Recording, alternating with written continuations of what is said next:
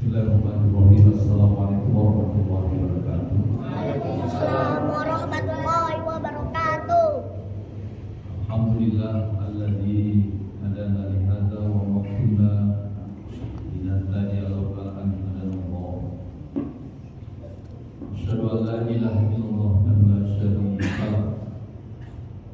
Wa asyhadu anna Muhammadan abduhu wa rasuluhu alladzi la nabiyya ba'dahu. Asyhadu an la ilaha illallah wa asyhadu anna Muhammadar rasulullah. Rabbi shrah li sadri wa yassir li amri wa hlul 'uqdatam min lisani yafqahu qawli. Amin ya rabbal alamin.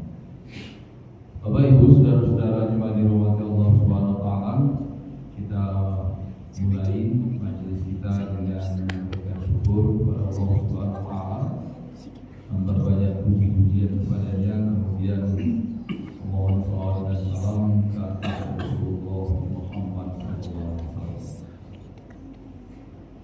Coba dirahmati Allah, sekedar informasi, insyaallah ya tanggal 10 berangkat tanah suci. Jadi untuk bulan depan saya tidak bisa hadir mengisi kajian, tapi kalau mau kajiannya dilanjutkan, ada yang menggantikan semua jadwal saya, namanya Ustadz Dedi Wahyudi SPDI, adik kandung saya paling kecil. Jadi semua jadwal kajian saya selama saya di tanah suci beliau gantikan. Jadi kalau mau lanjut, paling satu kali pertemuan berikutnya insyaallah saya kembali ya. Coba dirahmati Allah, tema kita tentang haji, kita kaitkan nanti dengan masalah tauhid. Bapak Ibu yang saya muliakan, haji adalah satu-satunya ibadah dalam Islam yang pelaksanaannya berkaitan dengan sebuah tempat. Artinya semua ibadah dalam Islam ini Pak bisa dikerjakan di mana saja. Tapi haji itu hanya bisa dikerjakan di satu tempat, di tempat lain nggak bisa. Ya. Jemaah dirahmati Allah, Ibu sekiranya sedang di Afrika atau bulan Ramadan datang, saumnya di Afrika. Bapak sedang di Cina, waktu zuhur tiba ya sholat zuhur di Cina. Kita sedang di Eropa Pak, disitulah harta kita mencapai nisab, ya zakatnya di Eropa. Tapi kalau haji nggak bisa. Haji hanya bisa dilaksanakan di satu tempat, yaitu Arab Saudi. Lebih khususnya lagi kota Mekah, lebih spesial lagi adalah tanah haram. Jemaah dirahmati Allah, saya mulai dulu Pak dengan konsep haram. Apa yang disebut dengan haram? Haram itu jemaah dirahmati Allah adalah sesuatu yang dipandang terhormat. Dalam Islam paling tidak ada 3 hal yang konsep haram berlaku atasnya. Yang pertama, ibu bapak, ada namanya bulan haram. Bulan haram itu artinya bulan yang dihormati. Dimulai dari bulan Rajab Pak, bulan 7, bulan Isra Mi'raj. Kemudian bulan Dzulqa'dah, bulan 11 sekarang ini.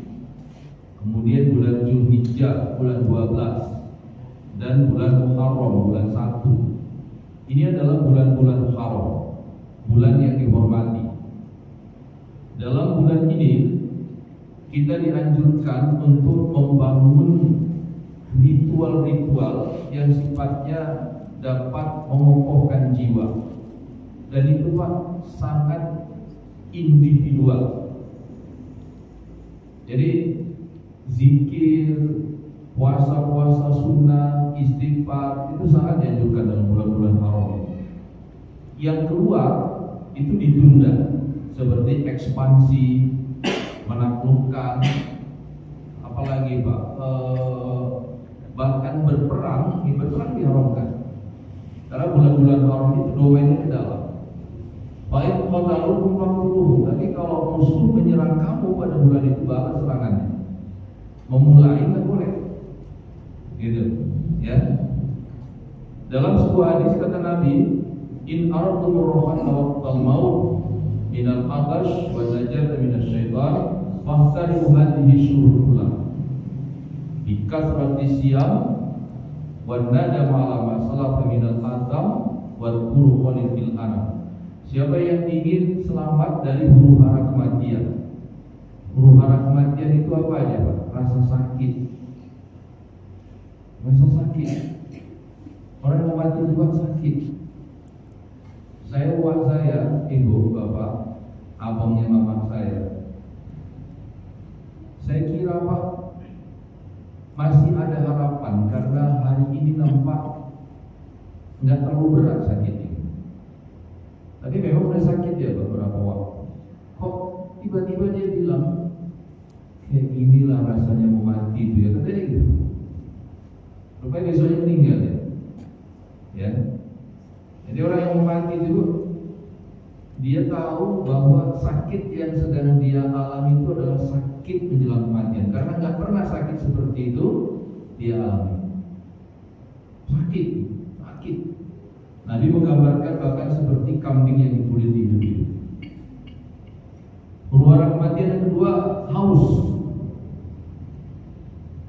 Bapak Ibu, kalau kita tergantung-gantung di lautan, perahu kita mesinnya mati, mengayuh, dayungnya patah, berhari-hari, Pak, nggak turun hujan.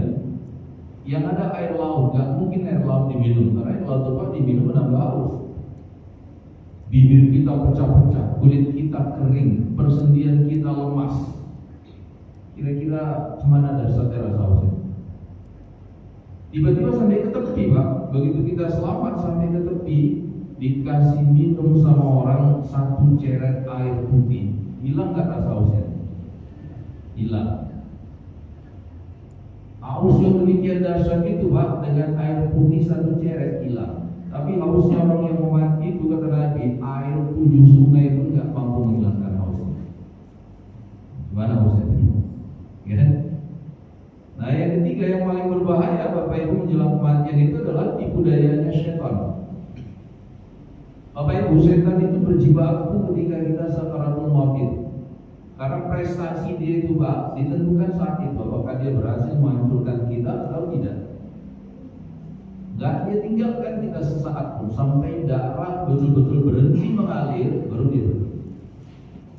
Nah, yang mau selamat dari 3 ini, kata Nabi, hormatilah semua bulan-bulan haram yang 4 dari Rajab, Dzulqa'dah, Dzulhijjah, dan Muharram. Dengan apa? Bikatsratis siyam, banyakkan puasa.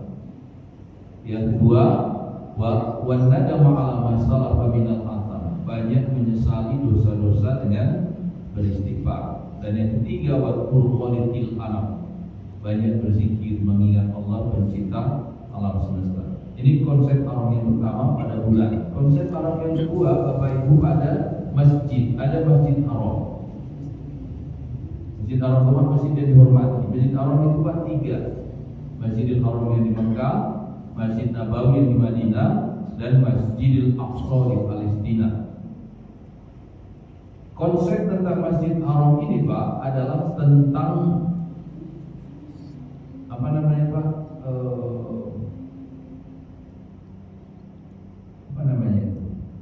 Akselerasi, percepatan. Jemaah di rumah Allah, ibadah kita Ibu semua punya nilai dan itu Pak standar. Tapi ada 3 masjid yang kalau kita berada di situ terjadi akselerasi, percepatan. Di Masjidil Haram itu, Ibu Bapak, yang di Mekah, kalau sholat 1 kali di sana sama dengan sholat 100.000 kali di masjid ini. Jadi insya Allah, Ibu Bapak, malam Ahad yang akan datang, saya sudah sholat Isya di Masjidil Haram di Mekah. Di sini duluan Ibu, 4 jam duluan sini baru di sana. Tapi Bapak Ibu, untuk bisa dapat sholat Isya seperti sholat Isya saya malam Ahad yang akan datang di Masjidil Haram, Bapak harus sholat Isya lagi sebanyak 99.999 kali lagi. baru dapat sama dengan nilai sholat isya di sana minggu depan saya. Kan? Itu.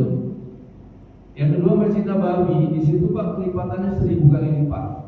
Yang ketiga di Masjidil Aqsa, kelipatannya 500 kali lipat. Maka kata Nabi, la tasyuddir rihal illa di thalathati masajid. Jangan kamu menyengaja menempuh perjalanan berat untuk mendatangi masjid-masjid. Pak, kita tuh pergi ke Banda Aceh, ongkosnya pulang pergi Pak hampir 1 juta, makan di jalan lagi, waktu yang terbuang, tenaga yang terkuras. Sampai sana cuma sholat zuhur doang, habis itu pulang lagi, nggak boleh seperti itu. Karena agama kita melarang kita menyia-nyiakan harta, menyia-nyiakan waktu, menyia-nyiakan tenaga, itu dilarang. Padahal sholat zuhur di sana nilainya sama dengan di sini. Ngapain? Gitu kan? Tapi kalau perjalanan itu bukan perjalanan berat, misalnya Pak jemaah sini pindah ke masjid di Kencana sana, tidak masalah. Tapi itu bukan perjalanan berat. Tapi kalau perjalanan berat jangan. Illa di salah tadi masjid, kecuali masjid yang 3 ini, Masjidil Haram, wa Masjidil Adha, wa Masjidil Aqsa. Kata Nabi, Masjidil Haram yang di Mekah, Masjid di Madinah, dan Masjidil Aqsa. Untuk 3 masjid ini bukan hanya dibolehkan, bahkan dianjurkan. Karena apa Pak? Harta yang kita keluarkan itu tak sebanding dengan kelipatan yang terjadi di sana. Gitu kan? Bapak tahu heboh pesantren Zaitun, tahu? Si apa? Pamungkas? Siapa namanya? Panji Gumilang. Panji Gumilang, dia bilang Pak, tanah suci itu bukan di Mekah. Ngapain buang-buang duit ke Mekah? Tawaf yang paling baik itu keliling Az-Zaitun 7 kali. Jumrohnya nanti lemparkan aja 7 sak semen untuk bangun pesantren ini. Sinting gitu kan? Sinting Pak. Iya. Kesesatannya Pak sudah puluhan tahun. Kenapa nggak ada yang berani nyentuh? Karena selalu dekat dengan rezim. Ditanya mazhabnya apa, enteng aja dia bilang, mazhab saya mazhab Bung Karno. Siapa yang berani ganggunya Pak? Dan mazhab Bung Karno, ya kan? Siapa yang berani ganggu? Gitu. Masya Allah. Gitu. Nah, yang ketiga, konsep haram itu Pak pada tanah. Tanah haram itu 2, yaitu tanah haram yang di Mekah dan tanah haram di Madinah. Jadi bulan haram 4, Masjid Haram 3, tanah haram 2. Masjidil Aqsa itu Pak adalah masjid haram tapi berdiri bukan di tanah haram. Ya. Masjid Haram yang berdiri di tanah haram itu cuma 2, Masjid Haram yang di Mekah dan Masjid Haram yang di Madinah. Nah itu Bapak, tanah haram itu cuma 2, Mekah dan Madinah. Apa konsep tentang tanah haram ini? Tanah haram ini adalah tanah yang dihormati. Jemaah dihormati Allah. Kebaikan itu Pak, amal soleh itu semuanya mendapatkan pahala. Tapi amal soleh di tanah itu pahalanya berlipat ganda. Demikian juga perbuatan dosa itu di mana-mana akan dicatat sebagai sebuah dosa.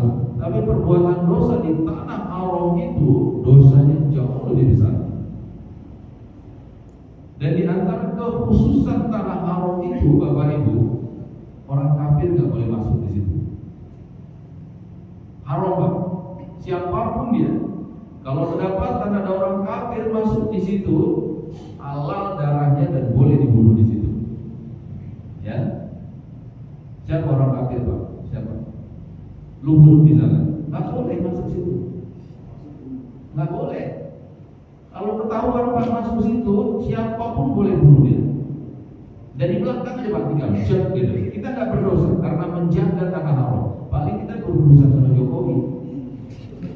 Ya, kalau berdosa juga, ini hanya contoh saja loh. Kalau Luhut dianggap nggak usah Luhut lah, yang lebih tinggi dari Presiden Amerika Joe Biden misalnya, Pak, kalau masuk ke tanah haram, kita nampak gitu, bunuh aja, nggak berdosa. Kita berpahala karena menjaga tanah haram. Paling Pak dirundal kita sama Amerika itu aja, ya kan? Cuma dirahmati Allah. Di dunia ini Bapak Ibu, Allah sudah membedakan antara orang kafir dengan orang beriman dengan konsep tanah haram itu. Misalnya Pak, ada jemaah kita sholat zuhur, gitu selesai keluar dia pakai lagi baju kerjanya kotor, kumal, jorok, bau, nah baju kerja. Kerjanya apa Pak? Nyedot safety tank, ya? Tapi orang ini Pak mau masuk ke tanah haram, Allah bentangkan karpet merah untuk dia masuk. Nggak ada masalah. Tapi kafir Pak, sekelas Presiden Amerika pun ditolak di sini. Nggak bisa. Gitu. Itu konsep tanah haram. Tanah haram ada dua, cuma dirahmati Allah. Yang pertama yang di Mekah. Dalam hadis Ibu Bapak, hadis ini adalah hadis yang diriwayatkan oleh Imam Bukhari, hadis nomor 104, dan Imam Muslim hadis nomor 1354. Nabi bersabda, Inna Makkata harramallahu wa lam yuharrimhan nas. Kata Nabi, kota Mekah itu yang mengharamkan adalah Allah, bukan manusia. Tanah haram di kota Mekah itu, Ibu Bapak, ditandai dengan 6 titik Pak. Jadi dia kalau kita lihat pakai satelit gitu kayak persegi 6. Kalau matematika disebut heksagonal, persegi 6. 6 titik itu batasnya. Yaitu Tan'im, kemudian Hudaybiyah, Arafah, Yalamlam, Aqabul Laban, dan Jamrah. 6 titik. Kayak persegi 6 gitu. Titik-titiknya itu yang meletakkan Nabi Ibrahim alaihissalam. Tapi luas wilayahnya itu yang menentukan adalah Allah Subhanahu wa taala. Dan ibadah haji itu semua ritualnya dilakukan di kawasan tanah haram ini.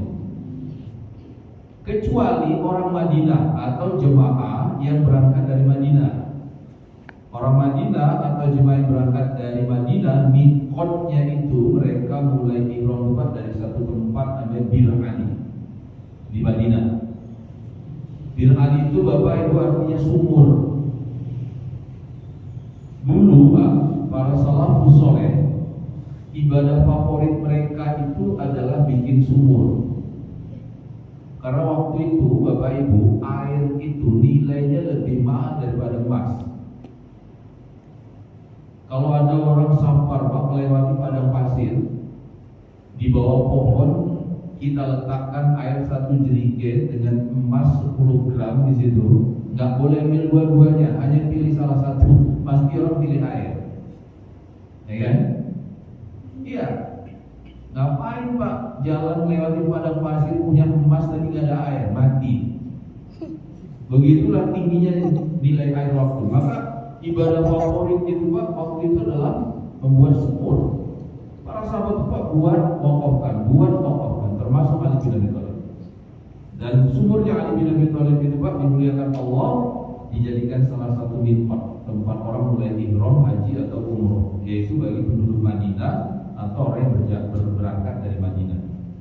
Selain itu, semua wilayah, semua amalan haji dan umroh itu Pak di dalam wilayah tanah haram. Nah, tanah haram di Madinah yang menetapkan batas itu Rasulullah SAW.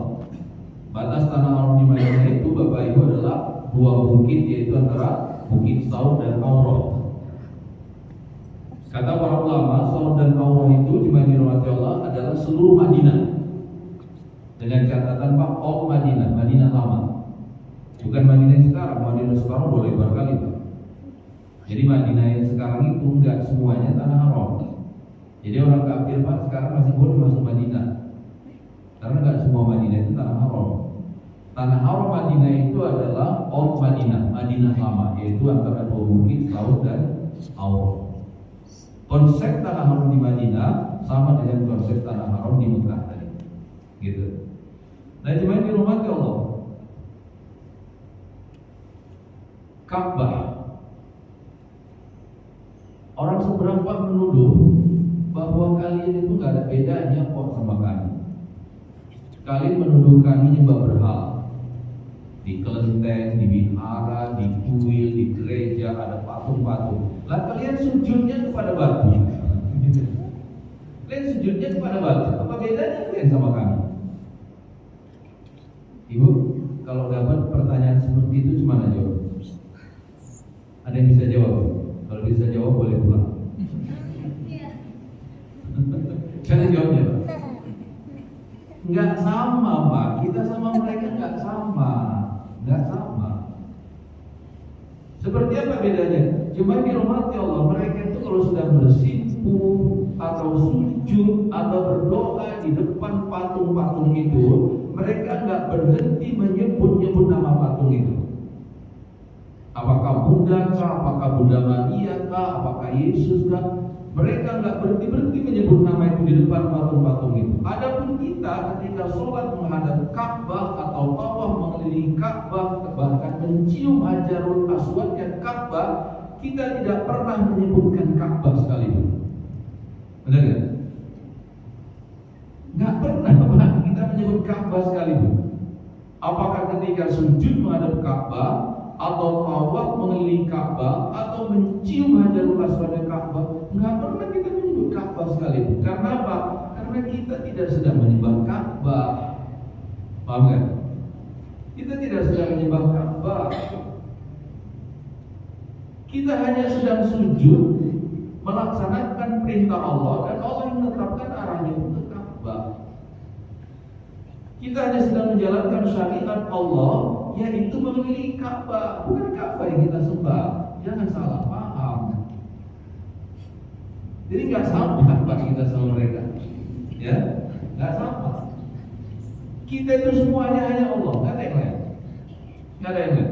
Orang Umar bin Khattab waktu nyium Hajarul Aswad, kata beliau, wahai Hajarul Aswad, kalau bukan Rasulullah yang menciummu, aku tidak akan mencium. Umar bin Khattab begitu, ya. Itu nggak sama, kita sama mereka nggak sama. Nah, cuma di rahmat Allah, kota Mekah, haji, Ka'bah dan segala sesuatunya adalah kota yang dipilih Allah untuk melaksanakan ibadah haji.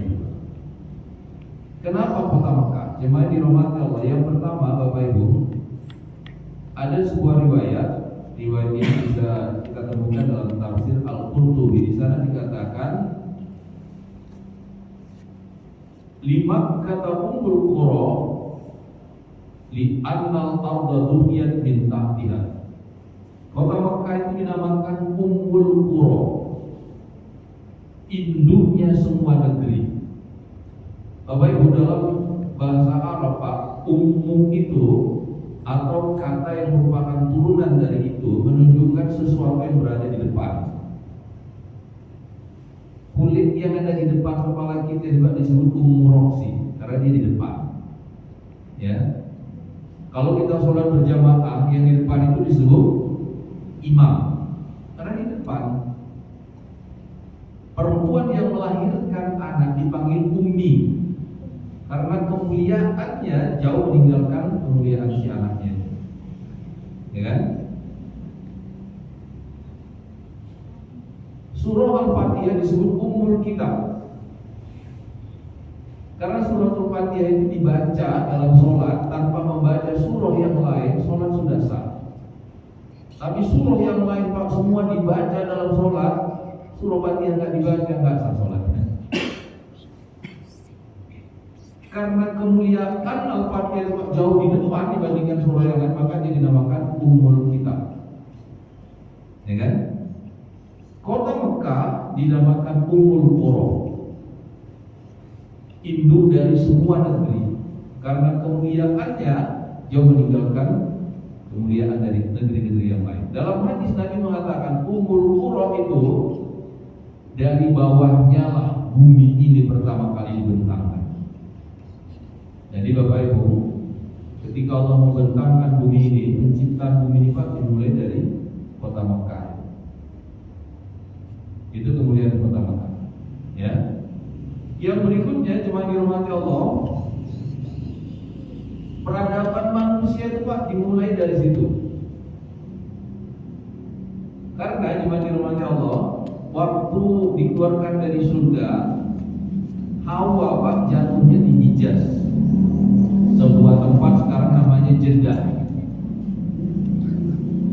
Dekat sekali Pak dengan Ka'bah, dengan Mekah.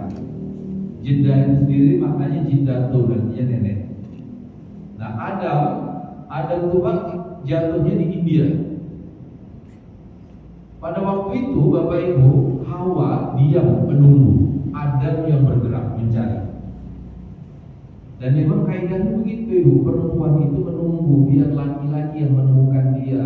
Jangan perempuan keluar rumah nyari jantan. Hancur nanti Pak, hancur, ya kan? Hancur Pak. Apalagi di zaman sekarang ini Pak, negeri kita sedang sakit. Itu anak 15 tahun Pak di Sulawesi diperkosa 15 orang. Yang berkosa ada perwira TNI, ada kepala desa, ada ketua OKP. Siapa lagi Pak? 15 orang perkosa. Ya kan? Maka perempuan itu di rumah, biar laki-laki yang menemukan dia. Kalau perempuan nyari jantan di luar Pak, dites orang yang di luar sana, dicobain Pak, nyobanya kayak sepatu, cocok dibeli, nggak cocok ditinggal gitu, ya, habis juga anak gadis gitu, ya. Nah kalau nggak ada laki-laki yang menemukan dia karena nggak pernah keluar rumah, orang tua yang nyarikan. Saya punya anak tamat SMA Pak gadis, nggak pernah tahu laki-laki. Nanti berapa waktu ke depan kalau nggak dapat jodoh ya saya nyarikan. Jangan dia nyari sendiri, gitu kan? Ya, cocok. Iya, Masya Allah. Nah, Pak ketemu di sebuah tempat namanya Arafah. Ada bukit di situ Jabal Rahmah. Di bukit itu Pak ketemu, maka bukitnya namanya Jabal Rahmah, bukit cinta, gitu kan? Dan di seputaran Mekah itulah Adam dan Hawa membangun peradabannya, anaknya, cucunya, cicitnya, semuanya lahir di situ. Dan kita semua manusia Pak pasti punya hubungan dengan Mekah, karena semua kita adalah cucunya Adam, ya kan? Maka ketika kita berkunjung ke sana, apakah haji atau umroh, sebetulnya Pak kita bukan sedang berkunjung, kita sedang pulang kampung, mengingat kembali histori, sejarah dari peradaban kita yang paling awal. Supaya apa? Supaya kita paham Pak, bahwa sesungguhnya kita ini Pak bukan anak-anaknya dunia ini. Kalau cerita Adam dan Hawa Pak, yang langsung terkenal sama kita Pak, Adam dan Hawa itu kan dibuang di sini Pak, dilemparkan di sini. Tapi kampung aslinya itu adalah jantan, ya kan? Dan kita ini Pak, anak keturunan Adam, kita ini adalah putra putri surga. Sebagaimana Adam tinggal di bumi ini, dia terus berusaha menemukan jalan untuk bisa kembali ke kampung yang pertama itu. Harus itu juga Pak yang kita lakukan di sini. Kita nggak selama-lamanya di sini, ya kan?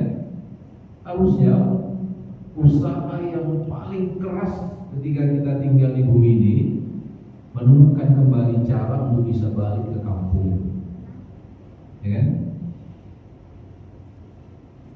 Ada nggak yang nggak ingin balik ke sana? Kalau nggak ingin balik ke sana, mau ngapain di sini? Ya kan? Mau ngapain di sini? Nah itu, ada juga yang bilang Ibu Bapak, kenapa tawaf itu arahnya berlawanan dengan jarum jam? Ada yang bilang Pak, tapi ini bukan berdasarkan dalil.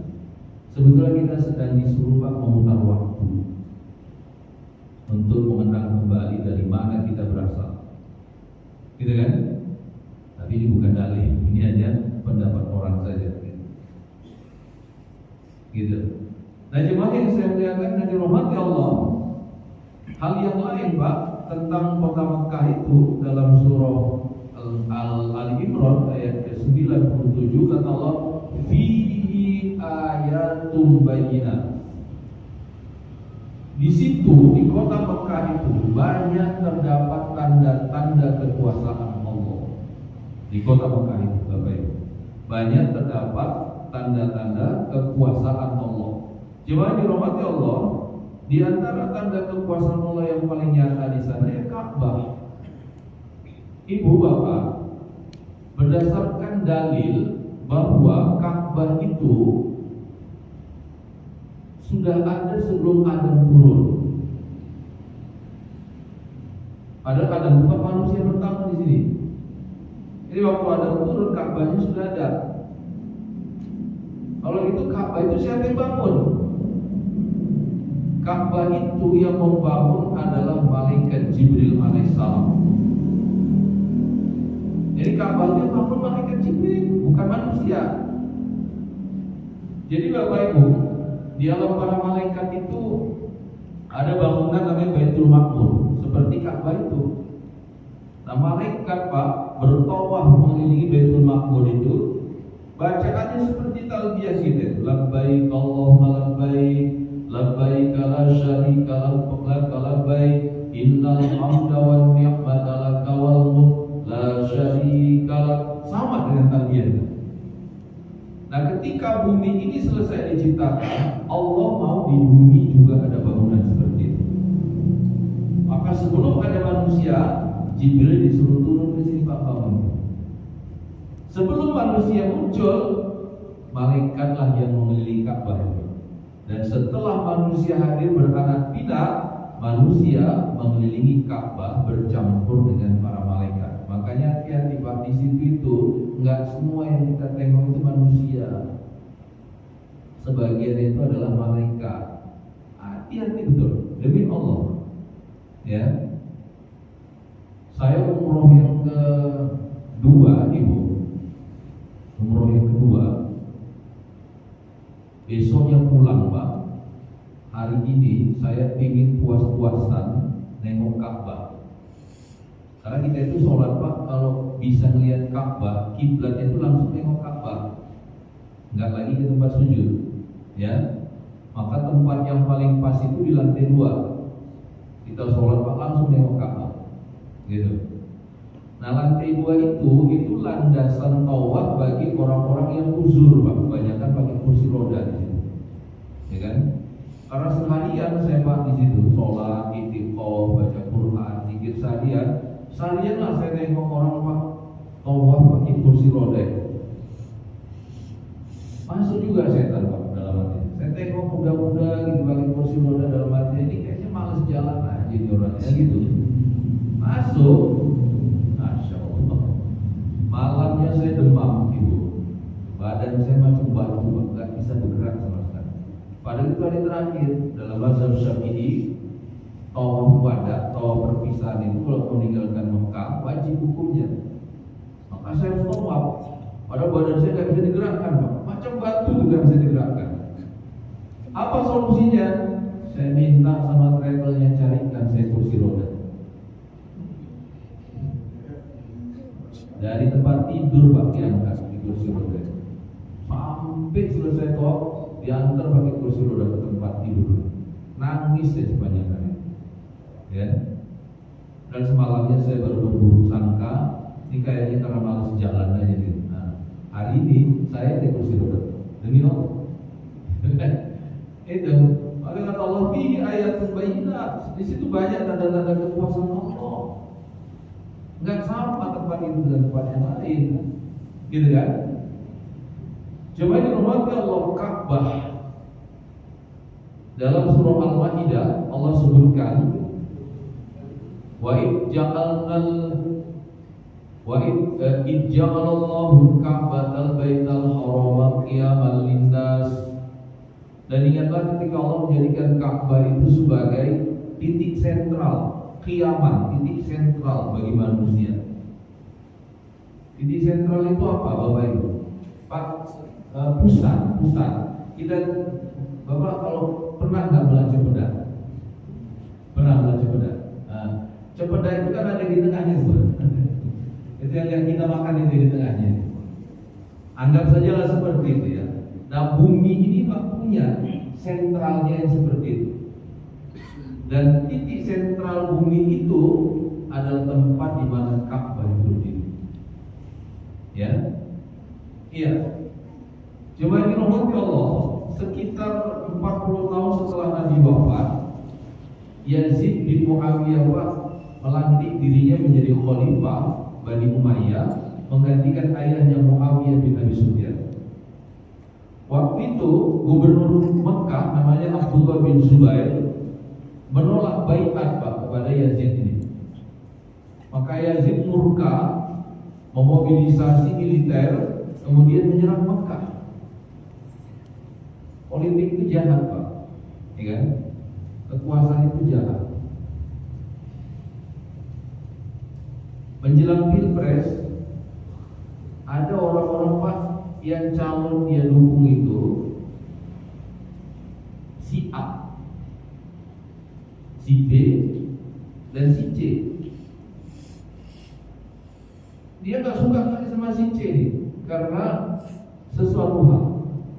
Maka semua perkara yang berkaitan dengan si C ini Pak dia benci, bahkan dia serang. Karena si C ini masih ada hubungan dengan darah Arab, semua Arab dia benci. Aneh gak? Padahal nabinya itu orang Arab, kitab sucinya itu orang Arab, kiblat sholatnya itu di Arab. Ya, tapi begitulah politik itu.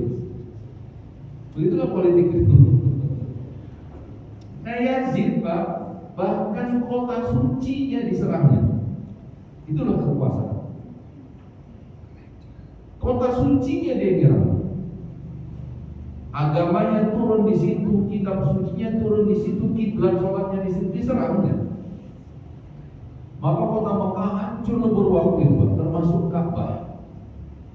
Karena senjata yang dipakai Yazid itu Pak namanya manzanik, katapel. Tapi pelurunya batu sebesar-besar kepala manusia gitu Pak, dilumuri minyak, dibakar. Jadi ketika dilontarkan, efeknya macam bom, macam granat, terbakar Mekah, termasuk Ka'bah.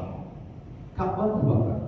Padahal waktu itu ibu bapak, di dinding Ka'bah bagian dalam itu masih tergantung tanduk kambing yang disembelih Nabi Ibrahim menggantikan leher Ismail waktu itu. Kalau insiden itu nggak terjadi, nanti sekarang masih ada di tanduk kambing itu. Ya, kalau insiden tidak terjadi, masih ada tanduk kambing sampai sekarang. Dan saya nggak bisa bayangkan cemana rajinnya cuma kita selfie dengan tanduk itu. Guys, ini kambing yang gantikan Ismail guys, ya gitu kan. Nah sekarang aja kata Imam Masjid Haram itu jemaah Indonesia itu jemaah selfie. Ya kan? Apa aja selfie Pak jemaah kita itu. Bayangin kalau tanduk itu masih ada. Apa nggak selfie aja kerja? Ya kan? Masya Allah. Pak ketika serangan berhenti hancur lebur kota Mekah. Ka'bah juga hancur. Waktu itu Bapak Ibu Gubernur Abdullah bin Zubair nggak berani Pak membangun Ka'bah. Kenapa? Ini rumah Allah. Mana bisa sesuka hati kita memperlakukannya. Tapi para sahabat waktu itu Pak mengingatkan membangun rumah Allah itu lebih mustahab daripada membangun rumah yang lain. Maka setelah istiqorah, diskusi macam-macam, Abdullah bin Zubair memberanikan diri Pak membangun kembali Ka'bah. Nah ketika pekerja sudah dikumpulkan, ada salah satu pekerja Pak menancapkan lembing, kalau kita linggis gitu Pak, di pondasi Ka'bah itu. Pondasi Ka'bah itu ibu bapak adalah batu yang bentuknya seperti leher onta, dia sering berkait ini Pak. Nah pondasi itu yang meletakkan di situ adalah Nabi Ibrahim. Tapi tadi sejarahnya yang bangun Jibril. Kenapa pondasi yang meletakkan Nabi Ibrahim?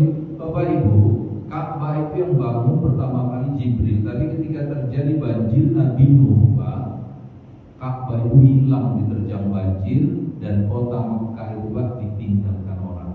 Sampai Nabi Ibrahim diutus, Nabi Ibrahim yang disuruh Allah nyari situs Ka'bah itu dan membangun kembali di situ. Gitu kan? Jadi Ka'bah yang sekarang ini Pak, batu-batunya itu Nabi Ibrahim yang ngumpulin yang sekarang ini. Nah ketika pondasinya itu Pak dicongkel pakai lembing atau pakai linggis gitu, kota Mekah gempa. Maka gubernur Pak berteriak, jangan kalian sentuh pondasinya, dirikan saja bangunan di atas pondasi itu. Cepat-cepat dicabut Pak lembing itu, maka gempanya berhenti. Dan ini Pak sejarah, ditulis dalam sejarah, bukan dongeng, ya kan? Maka mau benar Allah yang mengatakan dijadikan Ka'bah itu qiyamal linnas, titik sentral bagi manusia, gitu, ya kan? Saya cuma dirahmati Allah dibangun oleh Abdullah bin Zubair beberapa tahun ke depan Pak, karena waktu Ka'bah itu rusak lagi, dibangun lagi, rusak lagi, dibangun lagi, sampai ketika Imam Malik menjadi mufti di Madinah. Imam Malik Pak mengharamkan orang-orang membangun Ka'bah. Kenapa? Karena Ka'bah itu adalah rumah Allah. Kalau tiap tangan mengintervensi rumah Allah, hilang nanti kehormatan rumah Allah. Maka sejak itu Ka'bah nggak pernah lagi dibangun. Yang sekarang Bapak nampak di kalender atau di mana-mana itu yang hitam itu adalah dinding Ka'bah yang dibangun oleh para penguasa Arab. Ka'bahnya Pak di dalam, tinggal puing-puing sekarang, tinggal keruntuhan. Karena sejak Imam Malik Pak sampai sekarang nggak ada lagi yang boleh membangun Ka'bah. Supaya Bapak tahu sejarahnya, kenapa Ka'bah tidak dibangun. Kalau dibuka itu Pak pintunya itu, di dalam itu tinggal puing-puing itu Ka'bah, ya kan? Demi menjaga keorisinilan Ka'bah itu, Imam Malik mengharamkan orang membangun Ka'bah. Biarkan aja gitu. Jadi yang kotak hitam itu hanya bangunan yang dibuat oleh para penguasa Arab. Ka'bahnya sendiri itu Pak di dalam sana, gitu ya. Di antara tanda kekuasaan Allah yang lain di tempat itu kata Allah, maqam Ibrahim, jejaknya Ibrahim alaihissalam, jejaknya Nabi Ibrahim. Ya, Bapak Ibu, begini. Setelah banjir Nabi Nuh, Ka'bah lenyap, kota Mekah hilang. Nabi yang disuruh Allah mencari situs Ka'bah dan membangun di tempat semula adalah Nabi Ibrahim alaihissalam. Saya gambarkan gini, Bapak, cemana muskilnya peristiwa itu. Nabi Ibrahim itu lahir di Babilonia, Irak, di Irak, sejaman dengan kekuasaan Namrud, ya kan? Ketika penduduk Babilonia nggak mungkin didakwahi, bahkan mereka membakar Nabi Ibrahim dalam kobaran api. Tapi Allah berfirman, ya naru kuni bardan wa salaman ala Ibrahim. Wahai api, selamatkan Ibrahim. Jadilah kamu dingin dan selamatkan Ibrahim. Maka Nabi Ibrahim memandang Pak harus hijrah, nggak bisa berdakwah di sini. Nabi Ibrahim Pak kemudian berjalan menuju Mesir. Sampai di Mesir, Bapak Ibu, penguasa Mesir menaruh hati kepada Sarah. Karena Sarah ini, Bapak Ibu, Sarah ini leluhurnya orang Israel. Kalau Hajar Pak leluhurnya orang Arab. Sarah ini leluhurnya orang Israel. Orang Israel cantik-cantik nggak? Cantik-cantik orang Israel. Cantik-cantik, cantik-cantik orang Israel. Ya. Orang Israel itu Pak, kalau perempuan 20 orang ada di belakang kita berdiri ngadap ke depan sana, kita ambil kerikil satu, kita lemparkan ke belakang. Kena yang mana aja Pak, dapatnya cantik, ya kan? Iya. Jangan coba-coba buat kayak gitu di pacu batu Pak, nggak bisa ya. Jadi kalau di Israel Pak, kena yang mana aja dapatnya cantik, Israel. Nah Sarah itu leluhur Israel. Sementara Mesir itu Pak berada di benua hitam. Mesir itu Afrika Pak, kulit hitam. Bahkan para Fir'aun penguasa Mesir itu kulit hitam. Jadi bayangkan Pak, mereka orang Mesir nengok Sarah, gimana? Ya kan? Pak Nabi Ibrahim di penjara. Kemudian Raja Mesir ini Pak hendak menguasai Sarah, tapi tiba-tiba saja tangannya dibikin Allah membantu, nggak bisa bergerak, takutan ya Raja Mesir itu. Dan dia mengira Sarah ini perempuan dari bangsa jin. Maka dia bersumpah kalau tangannya bisa pulih, Ibrahim dibebaskan, Sarah dilepas, bahkan dia janji Pak kasih hadiah seorang khodam, seorang pelayan. Ternyata Pak dipulihkan Allah tangannya, dibebaskan Nabi Ibrahim, Sarah pun dilepas, kemudian dia memberi seorang khodam, itulah dia Hajar. Ya kan? Tapi lagi-lagi Bapak Ibu, Nabi Ibrahim memandang gak mungkin lagi berdakwah di Mesir. Maka beliau melanjutkan perjalanan negeri yang dipilih Kan'an, Palestina. Di situlah Pak Nabi Ibrahim menetap. Ya kan? Bahkan setelah usianya menginjak usia yang sangat tua, Sarah menganggap hampir tak mungkin lagi punya keturunan. Sarahlah yang menganjurkan Ibrahim untuk menikahi Hajar. Ternyata betul Pak, diberkati pernikahan itu lahirlah Ismail. Lahir Ismail itulah perintah itu datang. Allah menyuruh Nabi Ibrahim mencari Ka'bah. Saya gambarkan Palestina kan dengan Hijaz Mekah sekarang Pak, jaraknya 1220 km.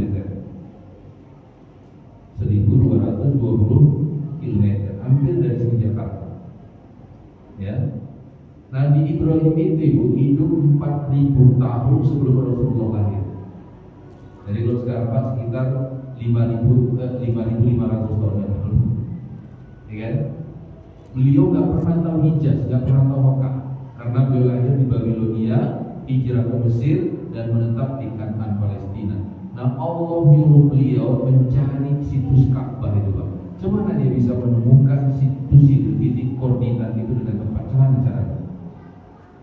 Waktu itu Pak, apa namanya, Sherlock belum ada, ya kan? Apa namanya, GPS belum ada, peta belum ada. Dan membayangkan dalam perjalanan itu Pak bertemu orang, nggak mungkin Pak, nggak mungkin ketemu orang. 5.500 tahun yang lalu cuma apa ketemu orang, ya kan? Lantas bagaimana Nabi Ibrahim bisa menemukan titik koordinatnya? Fihi ayatul bayyinah. Apakah kita tidak menganggap ini kekuasaan Allah? Ya kan? Karena pastinya Nabi Ibrahim itu Pak didampingi oleh Allah. Kalau menjumpai jalan bercabang Allah bilang ke kanan atau ke kiri atau terus begitu dulu. Nabi Ibrahim didampingi sehingga betul-betul tepat sampai ke titik koordinatnya. Kalau enggak mana mungkin bisa. Saya minta Bapak malam ini ke rumah saya. Saya nggak sebut gang, nggak sebut jalan, pokoknya saya di Johor. Hanya bisa jumpa rumah saya. Nah, mungkin juga Bapak. Itu adalah tanda kekuasaan Allah yang sangat, ya kan? Dan masih banyak yang lain. Jemaah yang saya muliakan dan dirahmati oleh Allah Subhanahu Wa Taala, haji itu Bapak Ibu adalah hujjah, yaitu bukti. Iman kita Pak perlu dibuktikan, Islam kita perlu dibuktikan, dan membuktikan itu adalah dengan berhaji. Pak, jangan memulai membicarakan haji dengan mengukur diri kita, tapi mulailah membicarakan haji dengan kembali kepada kekuasaan Allah. Kalau mengukur diri kita, nggak banyak orang yang berani Pak untuk berniat berangkat haji. Mana mungkin, mana bisa gitu kan? Tapi kalau kita mulai membicarakan haji dengan kekuasaan Allah, nggak ada yang nggak bisa. Ya. Kemudian Bapak Ibu, tunjukkanlah kepada Allah bahwa kita mau, kita ingin, bahkan kita terobsesi dengan tanah suci. Dimulai dengan tindakan. Kalau sekarang tindakannya apa Pak? Buka tabungan, ya. ini jadwal punya 20 tahun. Tapi itu kan rumah Allah. Siapa yang bisa bertamu itu tergantung dia. Kita ngantri di belakang pun Pak, kalau dia tunjuk itu tuh yang belakang keluar sini. Kira-kira maju nggak antrian kita? Maju. Itu aja. Ya. Anak-anak kita ibu umur 12 tahun udah boleh buka tabungan haji, bukakan. Ngisinya berapa semampu kita lah. Pokoknya bukan sama Allah, kita pingin, kita mau, bahkan kita terobsesi untuk berangkat ke sana. Orang yang mengabaikan ibadah haji itu Bapak Ibu, keimanannya nggak terbukti, keislamannya nggak terbukti. Nabi kasih 2 pilihan saja, mati sebagai Yahudi atau mati sebagai Nasrani. Itu saja pilihannya. Ya, nah itu. Cuma yang saya muliakan dan dirahmati Allah, saya ini Pak berangkat, status saya sebagai PHD, petugas haji daerah. Saya punya rekening haji dari tahun 2012. Tapi harusnya Pak belum bisa berangkat tahun ini karena saya belum melunasi. Porsinya udah, tapi belum sanggup melunasi. Apalagi naik lumayan signifikan naik, ya kan? Kalau saya ditelepon Pak 2 bulan lalu dari kantor gubernur, Ustaz berangkat haji ya tahun ini jadi petugas. Masya Allah. Gimana caranya saya bilang itu? Udah Ustaz kami daftarkan, tapi nanti ikut ujian petugas haji. Ujiannya formalitas saja. Ikut berangkat. Jadi kalau berangkat ya berangkat gitu. Gak ada yang enggak. Saya umroh 3 kali semuanya gratis. Ketika kondisi ekonomi Pak masih sangat labil waktu itu, ya kan? Tapi tiba-tiba ada jemaah yang bilang, Ustaz, buat paspor ya. Apa yang dipakai? Umroh, Masya Allah. Ada di jalan, ya.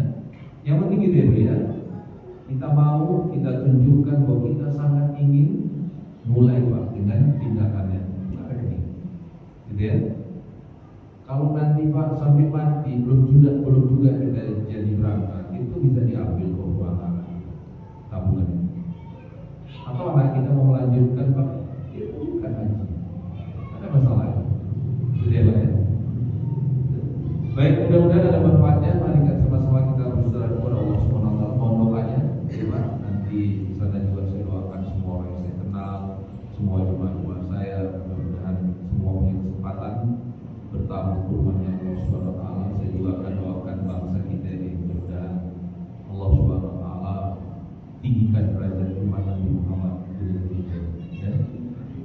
Tentang jadwal bulan depan Pak, kalau memang nggak keberatan lanjut saja, nanti biar saya kasih nomor kontak adik saya saat kedua ini, 1 kali pertemuan dia bisa menghubungi saya, gitu ya.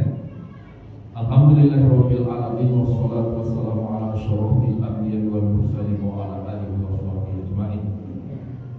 Allahumma inna ala dzikrika wa syukrika wa husni ibadatik.